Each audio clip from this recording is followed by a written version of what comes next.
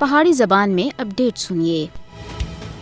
भारत ਜ਼ਾਲਮਾਨਾ और बेशियाना हथकंडा ਦਾ ਸਾਰਾ ਕਹਿਣ ਕੇ कश्मीरियों के जज्बे आज़ादी को दबाने में बुरी तरह नाकाम हो गया है। भारत की मोदी हुकूमत को याद रखना चाहिए कि गोलियां और बंदूकां कदे भी लोगों की ख्वाहिशात को दबाने में कामयाब नहीं हुई हैं। कश्मीरी तमाम तर मुश्किलात के बावजूद भारतीय कब्जे को कुल्ली तौर के उत्ते मुस्तरद कर दें और इसके खिलाफ अपनी जदोजहद जारी रखने के उत्ते पुरआज़म है। मकबूजा जम्मू कश्मीर के लोग अपने हक खुद इरादियत के हसूल के वास्ते हर एक कुर्बानी देने के वास्ते तैयार हैं। 1947 के कहण के इस वेले तक भारत सुन मकबूजा जम्मू कश्मीर के अंदर 6 लाख से ज्यादा लोगों को इसी पादाश्त में शहीद किया है और इस वेले भी कुर्बानियों का सिलसिला जारी है। तो भारत अगर खत्म कर सकता तो इस अरसे के दौरान अपने नापाक अज़ाइम में कामयाब हो चुका होता। कश्मीरियों सुन ऐद किया है कि असा अपने शोहदा दे खून को किसी भी सूरत में भुला नहीं सकते। कश्मीरी अपने वतन को भारतीय जुल्म से आजाद कराने की जदोजहद में पीछे नहीं हट सकते। कश्मीरी आवाम मोदी को मकबूजा जम्मू कश्मीर में हिंदुत्व एजेंडा मुसलत करने की इजाजत किसी भी सूरत नहीं दे सकते।